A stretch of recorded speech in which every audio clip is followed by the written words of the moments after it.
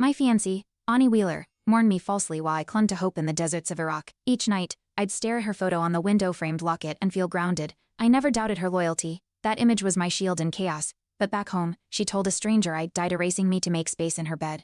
I didn't know then, but the truth would burn hotter than any battlefield. 2 months ahead of schedule, I came home with roses and a grin, heart pounding with anticipation. I stepped inside and heard laughter hers, mingled with a man's. My stomach dropped. Jason Caldwell stood beside her, frozen. Bonnie's face twisted in panic. "You're supposed to be dead," Jason muttered, my framed photo still set by the window, a lie preserved in glass. My world shattered. The woman I trusted had replaced grief with deception.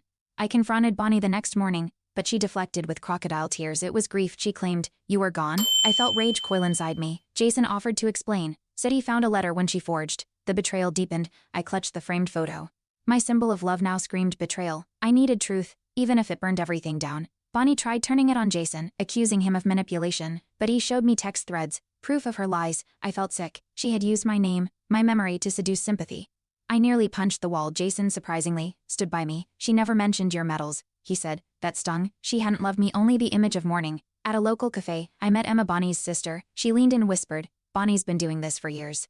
"You weren't the first." My hands trembled. A red herring. I thought Bonnie just cracked under pressure, but this was calculated. Emma handed me a journal. Inside, timelines, photos, proof. Bonnie had rehearsed grief like a play. Jason looked horrified. I felt fire rise.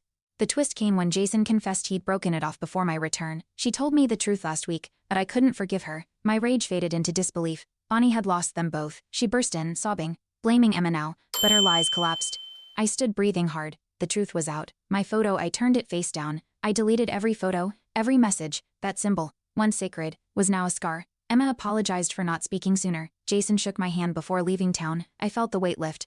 She tried to break me, but I lived. I'd survived war. I could survive her. The healing began with goodbye. Bonnie faced public shame when Emma exposed the journal online. Friends turned their backs. Her fake grief couldn't shield her anymore. I visited my mother, told her everything. For once, she hugged me tight and said, "You came back stronger." That day, I tossed the locket into the river. Some battles end with peace.